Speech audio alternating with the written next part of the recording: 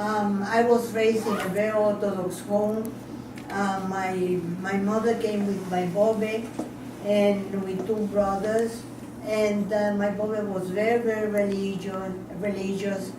She was Shomer Shabbat and keep kashrut and all these. So I still keep kosher. It's very difficult in these times in Cuba, but it's not impossible. You cannot starve of hunger. Sometimes I dream with bagels. You know what is bagels? I forgot what are bagels. They bake very good bread, but they don't know how to make the hole in the center, so we don't have bagels. We don't have lox, we don't have Philadelphia cream cheese and all these.